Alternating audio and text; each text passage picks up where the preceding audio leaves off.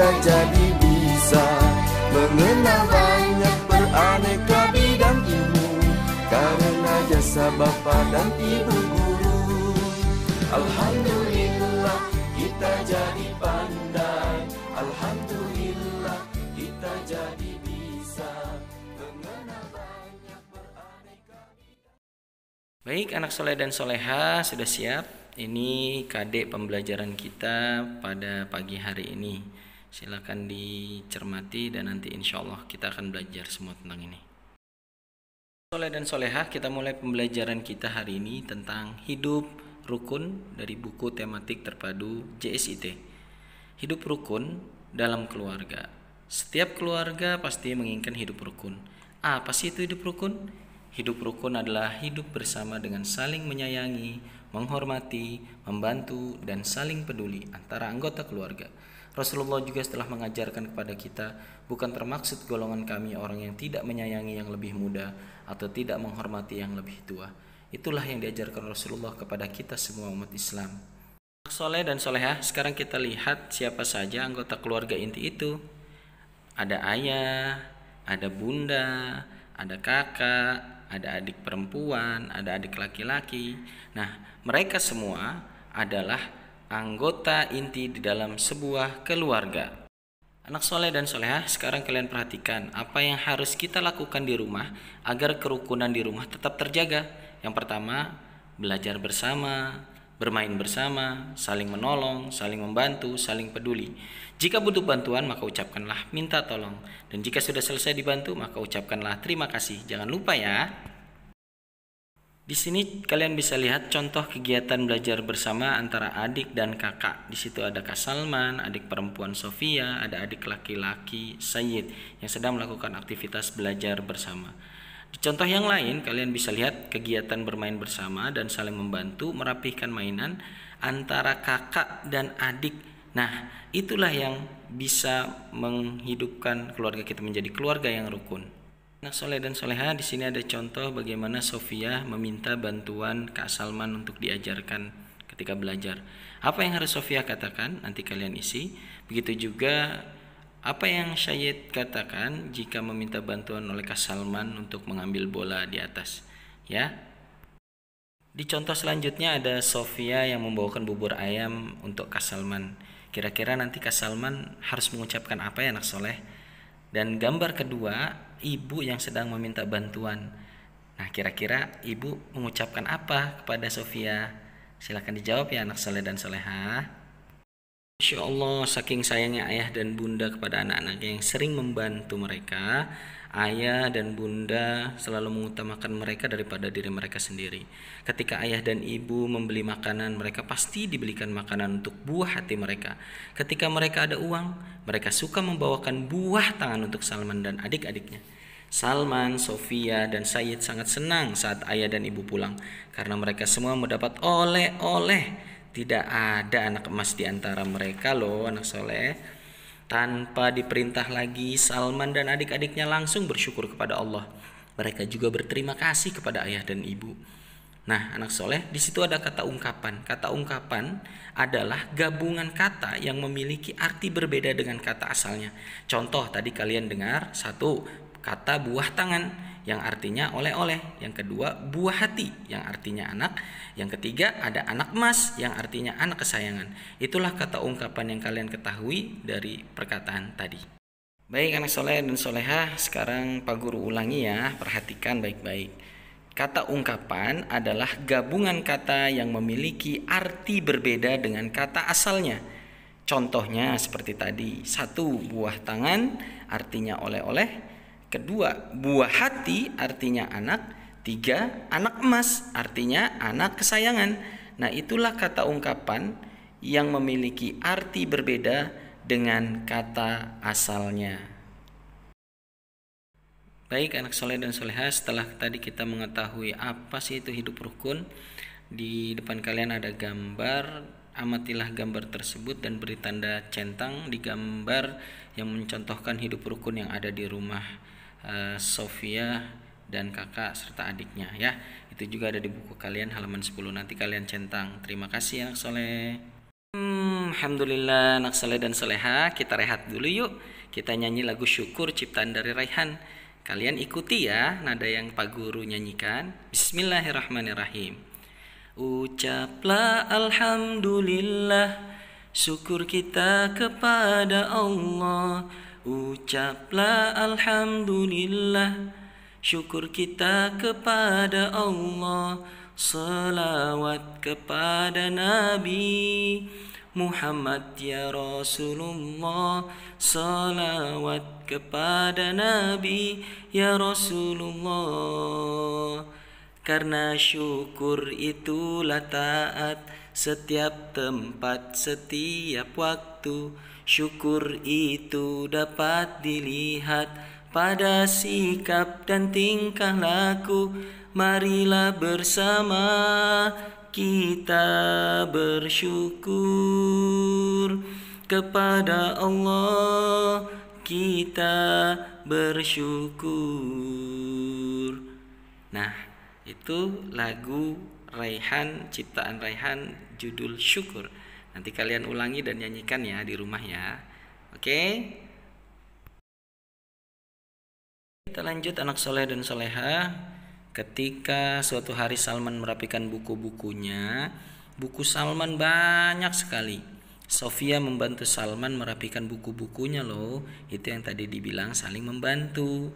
Salman menumpuk buku dengan rapi sekali. Setiap satu tumpuk ada 10 buku. Buku-buku itu disimpan rapi di dalam rak setelah dirapikan. Coba kalian perhatikan, itu ada gambar satu tumpukan yang sama dengan 1 puluhan atau 10. Berarti banyak buku adalah 10 buah buku. Kemudian di bawahnya ada 2 tumpukan sama dengan 2 puluhan atau 20. Jika ada 4 tumpukan berarti berapa puluhannya? Atau biasa kita sebut dengan berapa ya? Berarti banyak buku adalah 20 ditambah berapa sama dengan berapa buah buku jumlah seluruhnya. Nanti kalian isi seperti yang ada di halaman 8 buku kalian ya nak ya. Insyaallah anak soleh, ternyata Salman tidak hanya membereskan buku loh, dia pun membereskan kubus-kubusnya yang ada di rumah. Itu ada yang paling atas sebelah kiri, kubus 1, biasa ditulis 1 satuan. Kemudian di tengahnya ada 10 kubus satuan sama dengan 1 puluhan atau biasa disebut dengan 10. Nah, sampingnya lagi yang lebih banyak adalah 10 puluhan sama dengan 1 ratusan atau biasa kita sebut 100. Nah, yuk coba kita bantu Salman untuk menghitung banyaknya kubus yang berwarna merah. Itu yang banyak ada 1 ratusan, berarti dia 100. Yang tengahnya ada 4 puluhan, berarti 40. Kemudian yang paling sebelah kanannya itu ada 6 satuan. Ya, berarti banyaknya kubus Salman adalah 100 ya ditambah 40 ditambah 6 satuan sama dengan banyaknya adalah 146 kubus. Wah, banyak sekali ya. Terima kasih sudah membantu Salman. Ups, anak soleh dan solehah, ternyata selain buku dan kubus yang Salman rapihkan, Rahman pun merapihkan balok yang ada di rumahnya loh. Coba perhatikan, Salman merapikan 100 balok atau 1 ratusan, 30 balok atau 30 puluhan, dan 6 balok atau 6 satuan yang semuanya jika dijumlah ada 136. Nah, angka 136 dibaca 136. Perhatikan, angka 136 itu merupakan lambang bilangan, sedangkan tulisan 136 itu adalah nama bilangan. Jangan lupa ya, nanti bantu Salman jika ada harus mengisi lambang bilangan dan juga nama bilangannya ya. Terima kasih anak soleh dan soleha. Alhamdulillahirrabbilalamin. Setelah merapikan buku-bukunya, Salman dan Sofia kemudian mengambil sebuah buku. Sofia mengambil sebuah buku untuk dia baca. Membaca adalah kegemaran Sofia sejak dulu. Dengan membaca, Sofia menjadi banyak tahu. Dengan membaca, Sofia juga bertambah ilmu. Nah, anak soleh dan soleha harus gemar membaca ya, seperti Sofia. Sofia membaca buku sampul berwarna biru. Ada gambar Garuda Pancasila di sampul depannya. Garuda Pancasila adalah lambang negara Indonesia. Burung Garuda tampak besar dan gagah perkasa. Bergantung di lehernya sebuah perisai. Perisai itu memuat lambang dari sila-sila pada Pancasila. Pancasila adalah dasar negara kita loh nak, yang harus kita ketahui. Yuk kita lihat ada apa saja sih kira-kira di dalam Pancasila itu. Mari kita sama-sama lihat isi dari Pancasila berikut ini. Nah, ini dia butir-butir atau sila-sila yang terdapat dalam Pancasila kita. Sila pertama berbunyi ketuhanan yang Maha Esa, disimbolkan dengan lambang bintang. Ingat ya. Kemudian sila kedua berbunyi kemanusiaan yang adil dan beradab, disimbolkan dengan rantai yang saling berkaitan atau saling berhubungan. Kalian harus ingat juga lambang atau simbolnya yang kedua ya. Kemudian sila yang ketiga, bunyi silanya Persatuan Indonesia, dilambangkan dengan pohon beringin ya. Jangan lupa simbolnya pohon beringin. Kemudian sila yang keempat berbunyi kerakyatan yang dipimpin oleh hikmat kebijaksanaan dalam permusyawaratan perwakilan. Simbol atau lambangnya adalah kepala banteng. Ingat ya. Dan yang terakhir, sila yang kelima adalah bunyinya seperti ini. Keadilan sosial bagi seluruh rakyat Indonesia. Dilambangkan atau disimbolkan dengan simbol padi dan kapas. Nah, anak-anak sekalian, itulah isi dari sila-sila yang ada di Pancasila. Kenapa disebut Pancasila? Karena panca artinya 5, sila artinya dasar. Dan ini merupakan dasar negara kesatuan Republik Indonesia. Catat dan ingat serta hafalkan agar kita semua bisa mengucapkan Pancasila dengan baik dan benar serta mengamalkannya ya anak soleh. Allahu Akbar.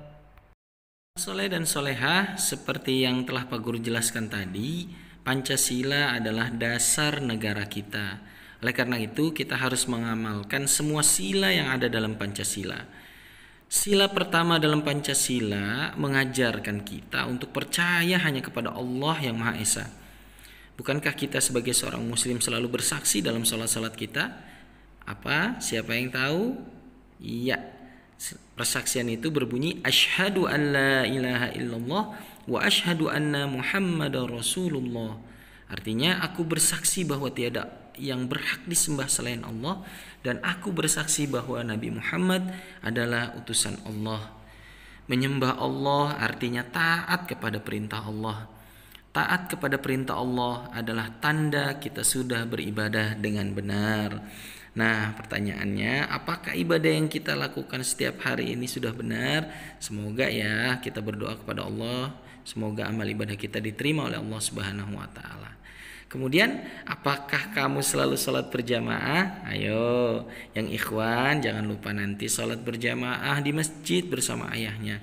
Untuk yang akhwat silakan berjamaah di rumah bersama ibunya ya. Bukankah Rasulullah SAW bersabda, salat berjamaah itu lebih utama 27 derajat daripada salat sendirian. Ingat ya, salat berjamaah di mana saja karena itu yang lebih utama. Dan yang lebih penting lagi berarti kalian telah menjalankan sila pertama dalam Pancasila di Negara Kesatuan Republik Indonesia. Wah, hebat kalian. Nah, anak-anak soleh dan soleha, sekarang kita lihat simbol dari sila kedua Pancasila yang adalah rantai. Sila kedua tadi berbunyi kemanusiaan yang adil dan beradab. Nah, Apakah kamu tahu bentuk pengamalan sila kedua dari Pancasila? Ya, bentuk pengamalan sila kedua Pancasila adalah seperti gambar yang ada di depan kalian ini. 1. Saling mencintai sesama manusia. 2. Gemar melakukan kegiatan kemanusiaan. Dan 3. Selalu mengembangkan sikap tenggang rasa di antara sesama. Coba lihat gambar ini, ada Salman dan kakaknya yang dia sangat sekali mencintai dan memperhatikan fakir miskin. Dia membantu orang tua untuk membawakan barang-barangnya. Nah, itulah pengamalan sila kedua Pancasila, yakni peduli terhadap sesama, mencintai sesama, dan gemar melakukan kebaikan. Dalam berteman, Salman pun menunjukkan sikap tenggang rasa yang baik, saling menyayangi, ya. Itu pun yang harus dilakukan oleh anak-anak soleh dan soleha, baik di sekolah ataupun di rumah, terutama kepada adik kalian atau kakak kalian serta orang tua kalian di rumah. Cintailah mereka, bantu mereka, dan tolong mereka. Insya Allah mudah-mudahan dengan itu Pak Guru yakin ayah, ibu, adik, kakak kalian insya Allah akan cinta kepada kalian dan akan senang berada di tengah-tengah kalian insya Allah. Jangan lupa ya dilakukan itu semua. Nah, anak soleh dan solehah, sekarang kalian perhatikan dan kalian amati gambar di bawah ini. Gambar-gambar ini menunjukkan pengamalan sila ke-1 dan kedua dari Pancasila. Tugas kalian nanti di buku kalian masing-masing, tariklah garis yang menghubungkan gambar dengan nama kegiatan yang cocok ya. Oke, sekali lagi, nanti tarik garis yang menghubungkan gambar dengan nama kegiatan yang cocok sesuai dengan pengamalan sila ke-1 dan kedua dari Pancasila. Semangat mengerjakan anak soleh dan soleha. Baik anak soleh dan soleha, perhatikan kembali di sini. Sekarang kita masuk ke sila ketiga. Yang lambangnya apa tadi simbolnya? Sila ketiga adalah, iya benar, pohon beringin. Jadi di sila ketiga ini bunyinya Persatuan Indonesia. Coba kita lihat gambar ini. Apa yang sedang dilakukan oleh Salman dan saudara-saudaranya? Ya, dia sedang melakukan kerja bakti, bersatu untuk membersihkan halaman rumahnya. Masya Allah. Ternyata Salman dan keluarganya seminggu sekali mengadakan kerja bakti loh. Dengan kerja bakti ini pekerjaan berat menjadi ringan. Setiap anggota keluarga masing-masing mempunyai tugas masing-masing. Ya kan? Coba bisa kita lihat, ada Salman yang sedang menyiram, ada Sofia yang sedang menyapu, dan ada Sayyid yang membuang sampah. Itu semua merupakan bentuk persatuan kerjasama yang dilakukan. Nah, anak soleh dan soleha kerja bakti di rumah adalah bekerja bersama-sama membersihkan rumah. Bekerja sama adalah wujud dari pengamalan Pancasila sila ketiga. Ya, yang berbunyi Persatuan Indonesia. Ayah dan Ibu Salman senang sekali karena anaknya cepat kaki ringan tangan. Salman dan adiknya selalu mengikuti nasihat orang tua dan tidak keras kepala. Nah, nanti anak-anak cari ya kata ungkapan yang tadi barusan Pak Guru sebutkan, nanti kalian artikan. Jadi anak-anak soleh dan solehah, itulah 3 sila Pancasila yang harus kalian ketahui di awal pembelajaran ini. Dan nanti insya Allah kita akan sambung lagi dengan pembelajaran-pembelajaran yang lain. Ya, intinya anak soleh dan solehah harus semangat menjalankan sila-sila yang ada dalam Pancasila semua. Hidup rukun dan senantiasa berbuat baik kepada orang tua insya Allah. Selamat beramal soleh anak soleh dan soleha. Alhamdulillah. Yuk kita rehat lagi yuk sambil menyanyikan lagu Peramah dan Sopan ciptaan Pak Dal. Bisa ya? Insya Allah nanti ikuti nadanya seperti yang Pak Guru nyanyikan. Siap semua? Semangat? Are you ready? Yes, I'm ready. Tu wa ga. Bukannya congkak, bukannya sombong, yang disayangi handai dan taulan. Hanya anak yang tak pernah bohong, rajin bekerja, peramah dan sopan. Bukannya congkak, bukannya sombong, yang disayangi handai dan taulan. Hanya anak yang tak pernah bohong, rajin bekerja, peramah dan sopan. Yeay, keren. Terima kasih ya sudah mengikuti. Masya Allah, anak soleh dan solehah. Tahu gak kenapa Salman, Sofia, dan juga ayah ibunya selalu hidup rukun di rumah? Karena mereka tidak ada yang congkak, tidak ada yang sombong satu sama lain. Mereka semua hidup dengan rukun, tidak ada yang bertengkar, tidak ada yang saling berebut mainan. Bahkan ayah dan ibunya menyayangi Salman, Sofia, dan Sayyid.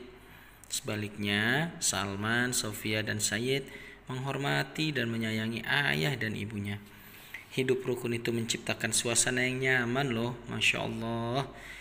Mereka saling membantu, mereka saling mengucapkan terima kasih. Nah, bagaimana di rumah kalian? Bagaimana dengan keluargamu? Semoga di keluarga kalian juga bisa menjalankan itu semua ya nak. Saling berkasih sayang, saling menghormati, saling membantu, sehingga tercipta hidup rukun di dalam rumah dan keluarga kalian, insya Allah. Sama-sama berdoa ya. Karena sikap ramah dan sopan diperlukan untuk menjaga kerukunan. Orang yang ramah dan sopan selalu menjaga perkataannya. Orang yang ramah dan sopan disukai banyak orang. Kemudian anak soleh dan soleha juga harus yakin dan juga harus percaya kepada Allah.